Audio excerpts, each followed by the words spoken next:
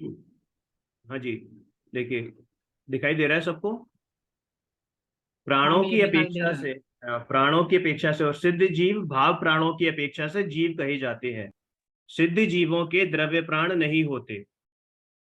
5 इंद्रियां, श्वास आदि 10 प्राण द्रव्य प्राण है। जीव चेतन द्रव्य है और ज्ञान दर्शन उसके गुण है। उसका एक नाम चैतन्य भी है। किसका? जीव का। चेतना का अनुसरण, अनुसरण मतलब फॉलो, चेतना को फॉलो करने वाले यानी चेतना का अनुसरण करने वाले आत्मा के परिणाम को उपयोग कहते हैं। उपयोग की डेफिनेशन क्या है यहाँ पर? कि चेतना का अनुसरण करने वाले आत्मा के परिणाम को उपयोग कहते हैं। यानी कि उपयोग कहाँ लग रहा है, कहते हैं ना कि उपयोग कहाँ लग रहा है।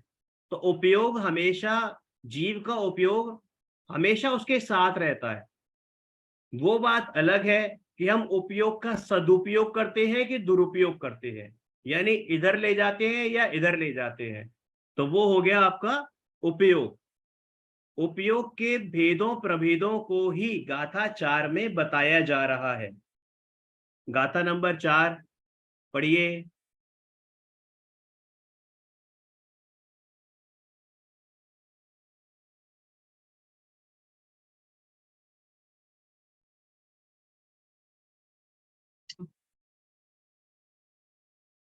पढ़ो, पूनम जी पढ़िए। आवाज नहीं आ गाथा, रही आपको? मैं दोबारा कह रहा पढ़ हूँ देती हूँ। ओ, गाथा नंबर 4। हाँ 4 ही पढ़ रही हूँ मैं। ओ ओगो दुवियप्पो दंसनानं च दंसनं च दुधा चक्षु अचक्षु ओहि दंसन मद केवलम मणेयम। हाँ, देखिए क्या कह रहे हैं कि इस गाथा में उपयोग के भेद, प्रभेद, प्रभेद का मतलब, जैसे भेद का मतलब क्या हो गया कि उसका कैटेगराइजेशन किया, कितने भेद हैं, फिर उन भेदों की भी भेद, उनको प्रभेद कहते हैं, का वर्णन करते हुए कहा गया है। क्या कह रहे हैं कि उपयोग 2 प्रकार का होता है। कौन कौन सा? दर्शन उपयोग और ज्ञानोपयोग। कौन कौन से उपयोग होते हैं? दर्शनोपयोग और ज्ञानोपयोग। ठीक है। फिर दर्शनोपयोग के बारे में बताया गया कि दर्शनोपयोग 4 तरीके का होता है। चक्षु, अचक्षु यानी चक्षु दर्शन, अचक्षु दर्शन, अवधि दर्शन और केवल दर्शन। अभी हम इसके बारे में पढ़ेंगे। लौकिक जीवन में हम उपयोग का शब्द अनेक अर्थों में करते हैं। जैसे यह वस्तु मेरे उपयोग की नहीं, मतलब मेरे यूज की नहीं है, मेरे किसी काम की नहीं है, या मेरा वहां उपयोग नहीं था इसलिए मैं सुन नहीं पाया। ठीक है। यहां पर जो अर्थ किया है वो दूसरे वाला अर्थ किया है, जो मैंने पहले भी एग्जाम्पल दिया था कि हम अपना उपयोग कहाँ ले जाते हैं। तो इस गाथा में दूसरे अर्थ में जो उपयोग का प्रयोग किया गया है वो यहाँ पर यूज हुआ है। उपयोग नहीं था अर्थात चेतना का व्यापार नहीं था। मतलब चेतना तो थी, चेतना तो सदैव रहती है, लेकिन हम चेतना को समझ नहीं रहे थे, चेतना को यूटिलाइज नहीं कर रहे थे। मतलब जैसे वही बात हो गई, किसी के पास करोड़ों रुपए हो, है ना, और वो भीख मांगे, उसको मालूम ही नहीं हो, या हो तो उसको अनदेखी करते, उसको वैल्यू नहीं मालूम कि इन रुपयों की क्या वैल्यू है। ठीक है ना। तो वैसे ही कि हमारे पास उपयोग तो है जिसका हम चाहें तो भगवान बनने में उपयोग कर सकते हैं, लेकिन हमने उसकी महत्ता नहीं पहचानी है, हम इधर उधर भग रहे हैं। तो इसी अर्थ में ये उपयोग है कि हमें पदार्थों का ज्ञान चेतना के व्यापार से ही होता है। पदार्थों का जो ज्ञान होता है, अब यहाँ पर क्या बात आ रही है कि हमें ज्ञान किसके द्वारा होता है? हमें चेतना के व्यापार द्वारा। व्यापार का मतलब होता है किसी चीज को काम में लेना। जब चेतना काम आती है तब हमें उस चीज का ज्ञान होता है। जैसे अभी हमारा जो उपयोग लग रहा है वो कहाँ लग रहा है? पढ़ने में, पढ़ाने में लग रहा है ना। द्रव्य संग्रह की गाथाओं को पढ़ने में लग रहा है। तो ये क्या है? हमारे ज्ञान में कैसे आ रही है? चेतना के द्वारा आ रही है। है ना, क्योंकि हमारा जो व्यापार है, चेतना का जो व्यापार है, वो इस समय यहाँ लगा हुआ है। यहाँ नहीं लगा होता तो कहीं ना कहीं तो लगा होता। शून्य तो होता ही नहीं है, शून्य तो होता ही नहीं है, मतलब कहीं ना कहीं तो उपयोग होता। हम टीवी देख रहे होते, बच्चों से या फैमिली वालों के साथ बातें कर रहे होते, खाना खाना तो खैर कोई बनाएगा नहीं, हम सब जैन हैं, लेकिन कुछ और काम कर रहे होते, बाहर घूम रहे होते, मतलब कहीं ना कहीं सो रहे होते, कहीं ना कहीं तो लग रहा होता वो उपयोग। यानी कि वो चेतना का व्यापार तो सदा काल चलता रहता है, लेकिन वो व्यापार चल कहाँ रहा है, किस में यूज हो रहा है, वो उपयोग है। हमें पदार्थों का ज्ञान चेतना के व्यापार से ही होता है। यही उपयोग की परिभाषा में बताते हुए कहते हैं, कहा है कि ज्ञान दर्शन के व्यापार अर्थात कार्य को ही, अब व्यापार को व्यवसाय भी कह लेते हैं, है ना, तो ज्ञान दर्शन के व्यापार अर्थात कार्य को ही उपयोग कहते हैं। यानी जहां आपका ज्ञान दर्शन लगा हुआ है उसको ही उपयोग कहते हैं। यह ज्ञान दर्शन सभी जीवों में होता है, जीव के अतिरिक्त अन्य किसी जीव में नहीं होता।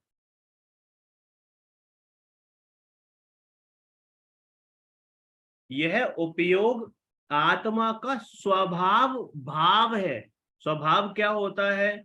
वो होता है जो उसकी संपूर्ण अवस्थाओं में पाया जाए, ऐसा भाव जो उस द्रव्य की, उस वस्तु की संपूर्ण अवस्था में पाया जाए, उसको स्वभाव कहते हैं। संपूर्ण अवस्था का मतलब अमेरिका में ले जाओ तब भी, इंडिया में ले आओ तब भी, ठंडी में, गर्मी में, बरसात में, जब निगोद में था तब भी, सिद्ध में जाएगा तब भी, है ना।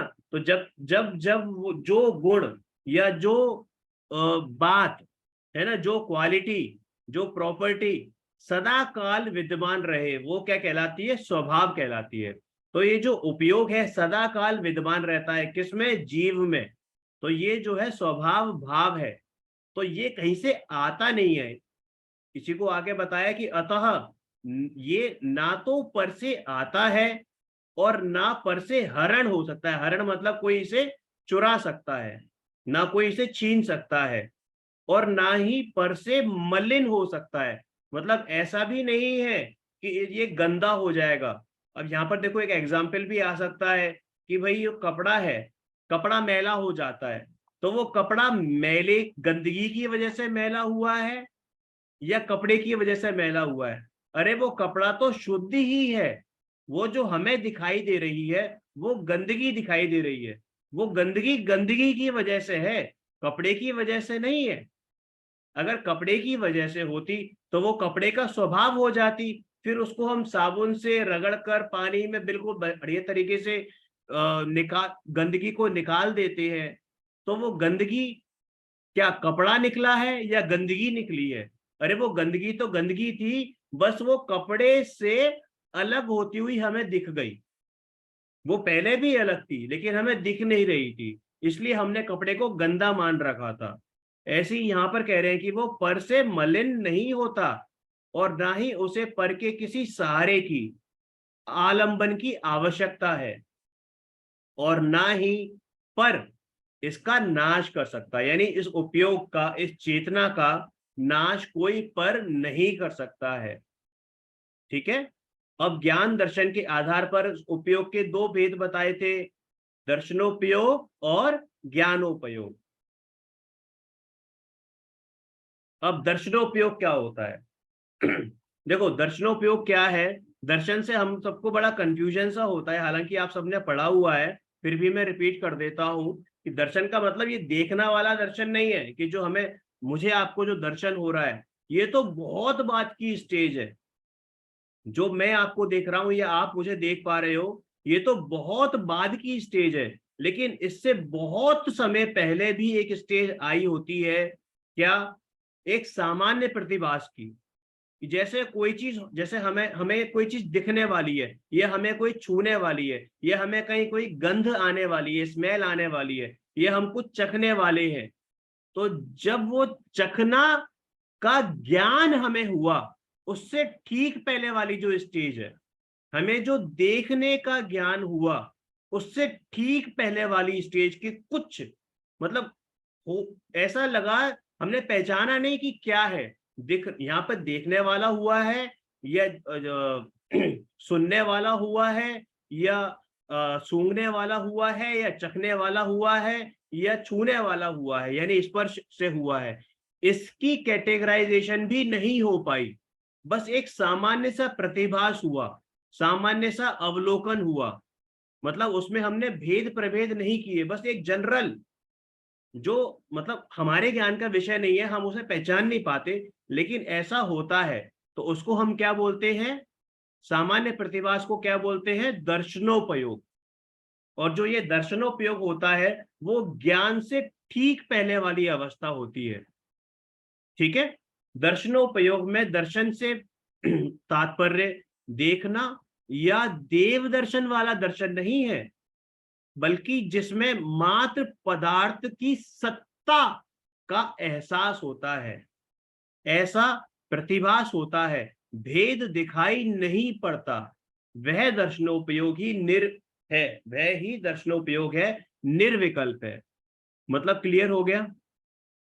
क्लियर हुआ? मतलब सिर हिला दोगे तो समझ हाँ में आ भैया, जाएगा। ठीक है। बहुत सही जिसमें बता रहे हो आप। जिसमें स्वयं पदार्थों का, स्व पर यानी कि स्वयं और पर पदार्थों का, अब देखो यहाँ पर क्या आ गया। अभी मैंने क्या कहा था कि जहां पे इंद्रियों का भेद भी नहीं होता, मतलब वो देखने का विषय बनेगा या चखने का बनेगा या सूंघने का बनेगा या छूने का बनेगा या सुनने का बनेगा, इसका भी भेद नहीं था, तो वो दर्शनोपयोग था। और जब ये भेद पड़े, जब मैंने ये जाना, किससे? आंख से जाना या सूंघ कर जाना या चख कर जाना या सुनकर जाना या छू कर जाना, जब ये हुआ तो ये किस में आ जाएगा?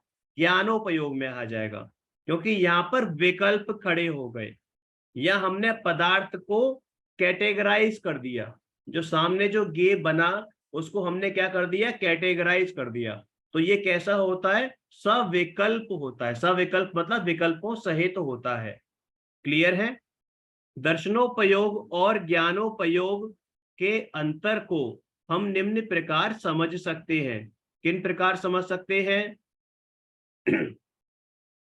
देखिए यह डिफरेंस दे रखा है, बहुत अच्छी बनाई है दीदी ने यहाँ पर, कि दर्शनोपयोग, दर्शनोपयोग क्या होता है? देखिए दोनों अलग अलग गुण है। दर्शन गुण अलग है और ज्ञान गुण अलग है। एक गुण दूसरे दूसरे गुण का कार्य नहीं करता। एक गुण दूसरे गुण का कार्य नहीं करता है ना? तो यहाँ पर यही लिखा हुआ है कि दर्शनोपयोग जो है वो दर्शन गुण का परिणमन, और जो ज्ञानोपयोग है वो किसका परिणमन है? ज्ञान गुण का परिणमन है। ठीक है। दर्शनोपयोग में मात्र वस्तु का सामान्य प्रतिभास होता है। प्रतिभास मतलब कह लो, अवलोकन कह लो। ठीक है। वस्तु का सामान्य प्रतिभास मात्र होता है, जबकि ज्ञानोपयोग में वस्तु की विशेष जानकारी होती है। दर्शनोपयोग, उसका स्वरूप कैसा होता है? निर्विकल्प, निराकार और निर्व्यवसायमय। व्यवसायमय लिखा हुआ है यहाँ। व्यवसाय मतलब क्या? कि मतलब वो अकार्य होता है, मतलब उससे हम कोई यूज का नहीं कह लो, मतलब ऐसा कि उसको हम जान नहीं सकते। ठीक है ना? तो वो होता है। और ज्ञानोपयोग में जब वो आ जाता है तो क्या होता है? इसका स्वरूप साकार, सविकल्प और व्यवसाय में होता है। जब ये जानने में चीज आती है तभी हमारा उपयोग वहां लगता है, तब हमारे को ये भेद आता है कि ये मेरा है या मेरा नहीं है। मतलब ये स्वयं का है, मतलब मेरे से, मतलब जो भी भेद समझ लो, चाहे मोह राग द्वेष के भेद समझ लो या जो अच्छे भेद है उनको समझ लो। ठीक है ना? आत्मा के भेद समझ लो। जब ये भेद खड़े होते हैं और जब उनको हम ये मानते हैं कि अपना है या पराया है, तब ये क्या होता है? ज्ञानोपयोग का विषय होता है।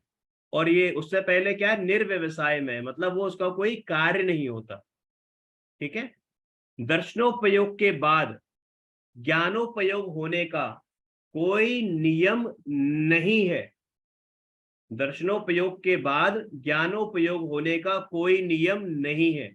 मतलब ऐसा नहीं है कि कोई चीज दर्शनोपयोग में आई और वो ज्ञानोपयोग में जाएगी ही जाएगी, है ना? समझ में आया? मतलब कई बार ऐसा भी हो सकता है, बल्कि मैक्सिमम टाइम्स होता है कि हमारे ज्ञान का विषय नहीं बनती और वो चीज हो जाती है।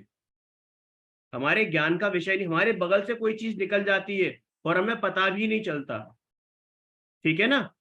हमारे को पता भी नहीं चलता और वो कई चीज वो हमारे बगल से निकल जाती है, हमारी आंखों के सामने से निकल जाती है, यानी कि वो हमारे ज्ञान का उपयोग नहीं बनी। तो वो क्या हो गया? तो वो क्या हो गया कि दर्शनोपयोग के बाद ज्ञानोपयोग होने का कोई नियम नहीं है। लेकिन लेकिन छद्मस्त, छद्मस्त का मतलब क्या हो गया? अरंत अवस्था को छोड़कर, अर्हंत अवस्था को छोड़कर सभी जीवों को नियम से दर्शनोपयोग पूर्वक ज्ञानोपयोग होता है। यानी कि ज्ञानोपयोग, दर्शनोपयोग छद्मस्त अवस्था में, यानी कि क्या कि छद्म जब भी ज्ञानोपयोग होगा, दर्शनोपयोग उससे पहले होगा ही होगा। पूर्वक का मतलब उससे पहले, है ना? दर्शनोपयोग, ज्ञानोपयोग जब होगा तो ये कंडीशन है कि दर्शनोपयोग तो होगा ही होगा। अब यहां पर छद्मस्त क्यों लिखा है, सभी जीव क्यों नहीं लिखा?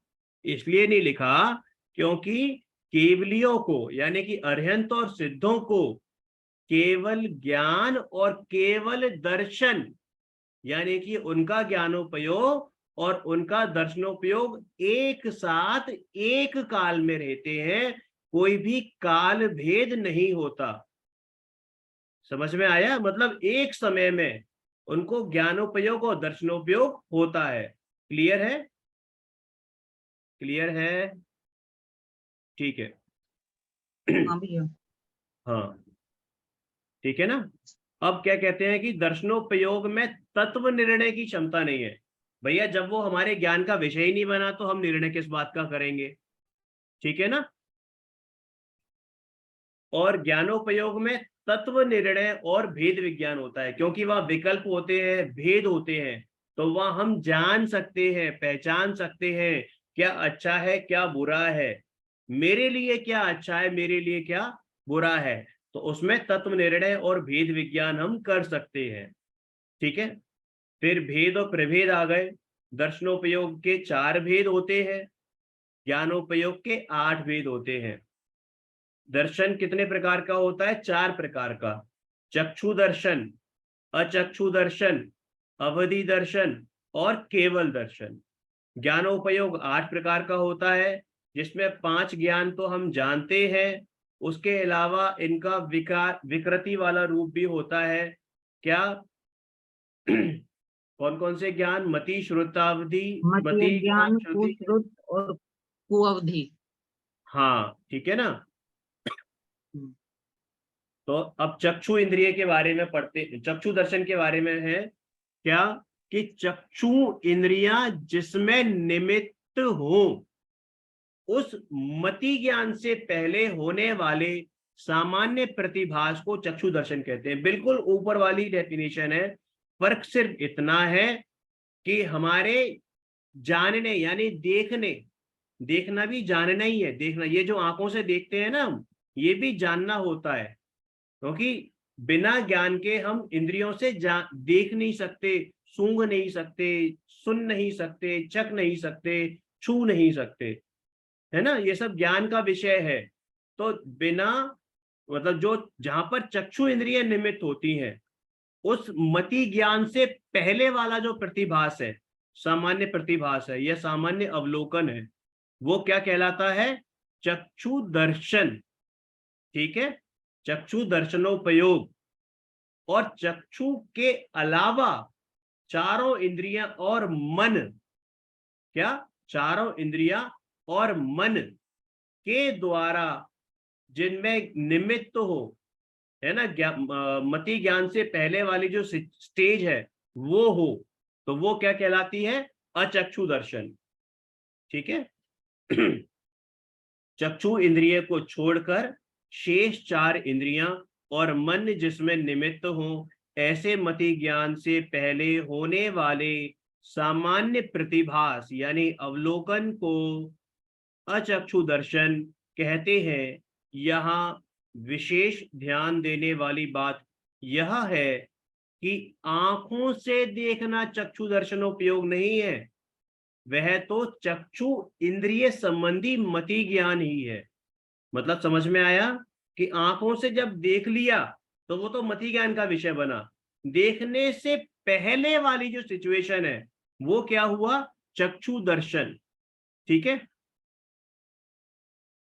जब यह जीव चक्षु को निमित्त बनाकर, जब यह जीव चक्षु को निमित्त बनाकर किसी रूपी पदार्थ को जानता है, इन चक्षुओं से हम क्या देख पाते हैं, क्या जान पाते हैं, मात्र रूपी पदार्थ, क्योंकि बाकी 5 द्रव्य तो अरूपी हैं। कौन से बाकी 5 द्रव्य, यानी एक तो मैं यानी कि जीव द्रव्य, और धर्म अधर्म आकाश और काल, ये सब क्या है, अरूपी है। और रूपी क्या है, केवल पुद्गल। तो ये जो बता रहे हैं कि जब यह जीव चक्षु को निमित्त बनाकर किसी रूपी पदार्थ को जानता है, तब रूपी पदार्थ यानी पुद्गल, तब उसके पूर्व उस रूपी पदार्थ का जो सामान्य प्रतिभास होता है वह चक्षु दर्शनोपयोग है ना। जब वो गे कह लीजिए या वो रूपी पदार्थ है, जब तक वो मेरे मति ज्ञान का विषय बनता, उससे पहले वाली जो सिचुएशन है, आंखों में जब निमित्त बने, आंखें जिसमें निमित्त बनती, ठीक है, उससे पहली वाली सिचुएशन वो क्या हो गया, चक्षु दर्शनोपयोग। इसी प्रकार आंखों के अतिरिक्त अन्य इंद्रियों से होने वाला ज्ञान, ज्ञान यहाँ क्या शब्द आ गया, ज्ञान, अचक्षु दर्शनोपयोग नहीं है, वो तो मति ज्ञान ही है। अपितु अन्य इंद्रियों के ज्ञान के पूर्व होने वाले उन पदार्थों की सत्ता मात्र का आभास अचक्षु दर्शनोपयोग है। क्लियर है। इसमें स्पर्शन, रसना, घ्राण, और घ्राण मतलब सूंघना, और कर्ण संबंधी अचक्षु दर्शन उपयोग मात्र रूपी पदार्थ, मात्र ओनली रूपी पदार्थों का ही होता है। मात्र मतलब क्या हो गया, ओनली, है ना, किसका होता है, केवल रूपी पदार्थ। और रूपी यानी कि पुद्गल, और पुद्गल में भी बड़े पुद्गल, स्कंद में, परमाणु को तो हम जान ही नहीं सकते, है ना। पुद्गल का जो सबसे सूक्ष्म रूप होता है वो क्या होता है, प्योरेस्ट फॉर्म, परमाणु। और परमाणु हमारे ज्ञान का विषय नहीं बनता, वो केवल ज्ञान का विषय बनता है। ठीक है। अब यहाँ पे जो इंद्रियां बताई है ना चक्षु के अलावा, उन इंद्रियों के साथ साथ मन को भी ग्रहण कर लेना, कि यानी कि मन संबंधी अचक्षु दर्शनोपयोग रूपी और अरूपी सभी पदार्थों का होता है।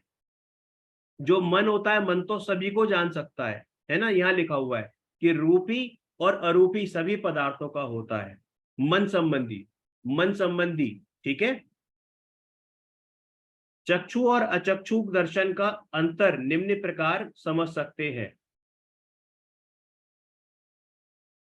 क्या है अंतर, चक्षु दर्शन का अंतर क्या है, कि यह 4 इंद्रिय जीवों से लेकर छद्मस्त पंचेंद्रिय पर्यंत होता है। हमने पढ़ा था ना पीछे कि चार जो चक्षु किसके आती है, 4 इंद्रिय जीवों से आती है।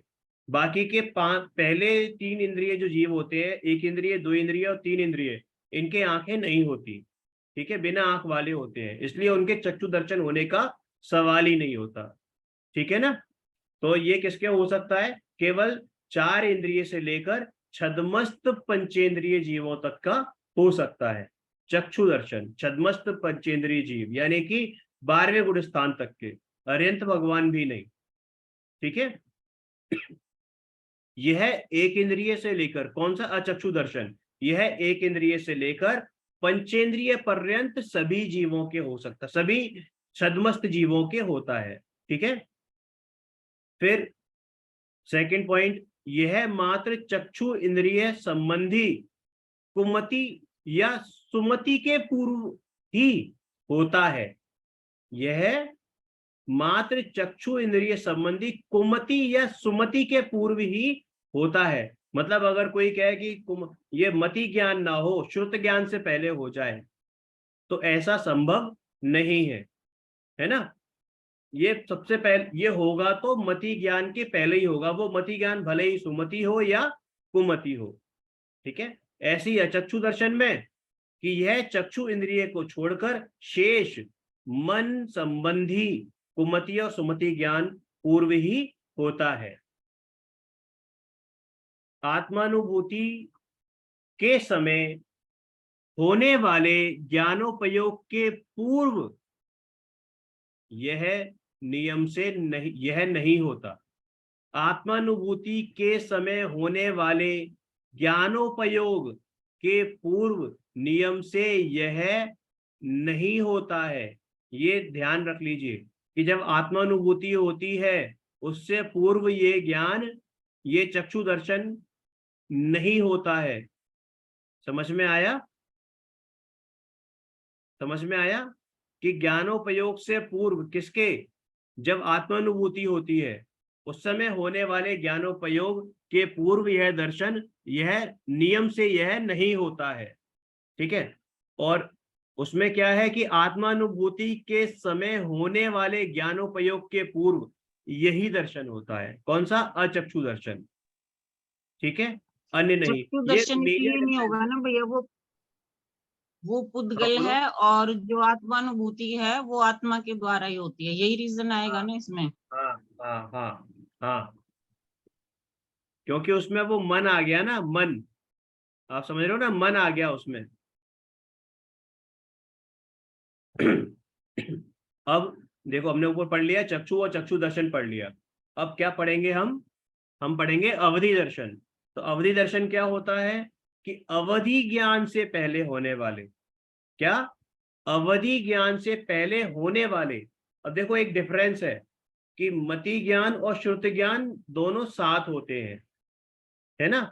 इसलिए जब श्रुत ज्ञान का विषय कोई चीज बनती है, तो श्रुत ज्ञान का जब विषय बन रही है ना, तो इसका मतलब ये है कि उसका पहले दर्शनोपयोग भी हुआ था, फिर मति ज्ञान भी हुआ था, और फिर श्रुत ज्ञान में वो चीज आई है। मतलब वो पूरा एक स्टेप लेकर आई है। समझ में आई बात? पूरा वो स्टेप लेकर आई है, यानी पहले दर्शनोपयोग, फिर ज्ञानोपयोग, ज्ञानोपयोग में पहले मति ज्ञान और फिर श्रुत ज्ञान। ठीक है, और ये मति ज्ञान और श्रुत ज्ञान तो सभी छद्मस्त जीवों के होते ही होते हैं, है ना। 12वें गुणस्थान तक सभी जीवों के, चाहे वो निगोद अवस्था में एक इंद्रिय जीव हो या 12वें गुणस्थान में जो मुनिराज, जो अभी बस जाने वाले हैं, अरिहंत बनने वाले हैं, उन सबके ये दो ज्ञान तो होते ही होते हैं। कौन से? मति ज्ञान और श्रुत ज्ञान। ठीक है, इसलिए श्रुत ज्ञान को यहाँ पर नहीं लिया हुआ है। और श्रुत ज्ञान ऐसा ज्ञान है कि श्रुत ज्ञान के माध्यम से ही हमें केवल ज्ञान की प्राप्ति होती है। हमें अवधि ज्ञान या मन पर्याय ज्ञान के माध्यम से केवल ज्ञान की प्राप्ति नहीं होती, हमें श्रुत ज्ञान के माध्यम से ही केवल ज्ञान की प्राप्ति होती है। ठीक है, अभी क्या देखो, यहाँ पे विषय पे आते हैं कि अवधि ज्ञान से पहले होने वाले सामान्य अवलोकन को अवधि दर्शन कहते हैं। ठीक है, अवधि ज्ञान से पहले वाला जो सामान्य अवलोकन है उसको अवधि दर्शन कहते हैं। इसमें भी केवल क्या आते हैं? केवल रूपी पदार्थों का ही निराकार यानी निर्विकल्प रूप से, मतलब उसमें हम भेद नहीं कर सकते, है ना। ऐसे रूपी पदार्थों का ज्ञान होता है, ज्ञान नहीं, ऐसे रूपी पदार्थों का आभास मात्र होता है, प्रतिभास होता है ना। अगर उसका ज्ञान हो गया तो वो अवधि ज्ञान कहलाएगा। ठीक है, अब चौथा था केवल दर्शन। केवल दर्शन क्या है? केवल दर्शन केवल ज्ञान से पूर्व होने वाले सामान्य अवलोकन को कहते हैं, है ना। हाँ ही हाँ कर रहे हो, मैं क्या बोल रहा हूं सुनो ध्यान से तो देखो। केवल ज्ञान पूर्वक नहीं, जब केवल ज्ञान होता है तो भैया केवल ज्ञान के साथ ही केवल दर्शन होता है। मैंने क्या बोला था? केवल ज्ञान से पूर्व होने वाले नहीं, केवल ज्ञान से पूर्व नहीं, केवल ज्ञान के साथ ही केवल दर्शन होगा। केवल दर्शन पहले नहीं होगा, केवल ज्ञान के साथ ही केवल दर्शन होगा। मतलब केवल ज्ञान और केवल दर्शन एक समय ही होते हैं, है ना, एक समय में ही होते हैं, उनमें कोई काल भेद नहीं होता।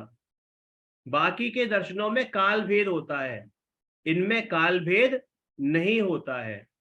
ठीक है, तो केवल ज्ञान के साथ होने वाले सामान्य अवलोकन को केवल दर्शन कहते हैं।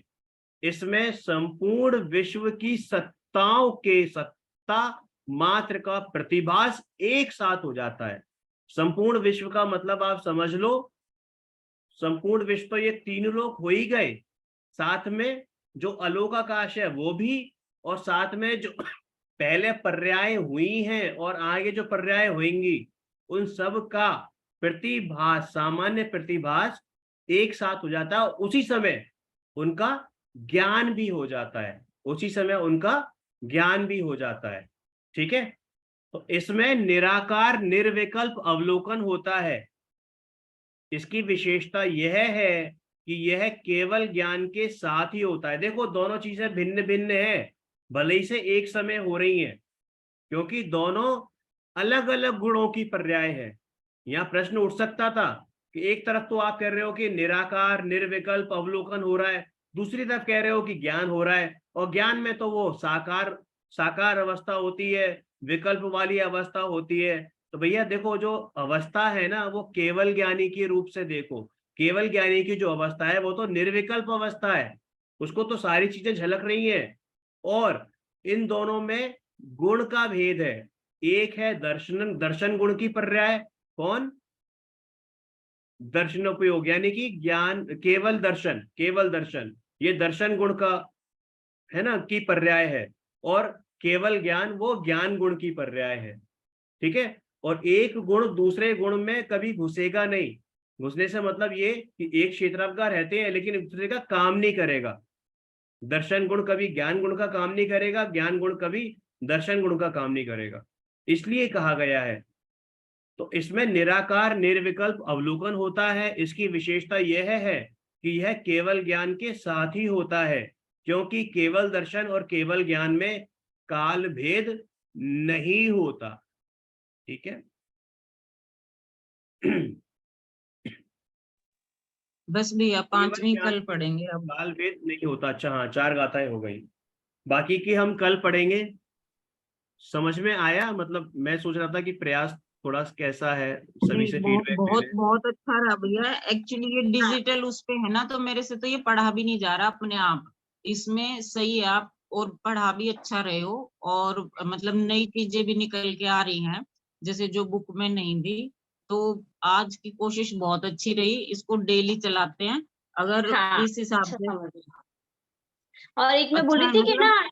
इसमें थोड़ा डिफरेंस कैसे है, मैंने एक्चुअल में इसकी जेरोक्स निकलवाई, तो इसमें 2-3 लाइन एक्स्ट्रा एक्स्ट्रा है बीच बीच में, कारण वो दीदी करेक्शन कराती जा रही है, कराती जा रही है, अभी फाइनल आया ही नहीं है अच्छा अच्छा। इसलिए। इसको आप है ना, आप अपनी जो बुक में नोट कर उसको लेना। आप ऐड ऐड कर लेना, है ना, ऐड कर लेना हाँ उसको। देखिए ठीक है, ये बहुत तो है अच्छा ना समझ में हमने, आया ये क्लास डेली। ये हाँ अच्छे से आया पूरा। हाँ बेसिकली ये है ना क्लास नहीं है, ये हम सब अपना स्टूडेंट्स है ना स्वाध्याय अपना कर रहे हैं। तो आपके निमित्त से मुझे भी समझ में आ रही है, क्योंकि फिर प्रमाद आ जाता है, खुद से पढ़ नहीं पाता हूँ मैं, तो कम से तो कम मैं भी आपको पढ़ तो लेता समझ हूँ में सबके आज। सब साथ आ यही गया है तभी भैया, आप समझा रहे हो। सबके साथ यही है, हम सारे प्रमादी हो रहे हैं, कोई नहीं बैठ पता लेके अपने आप से।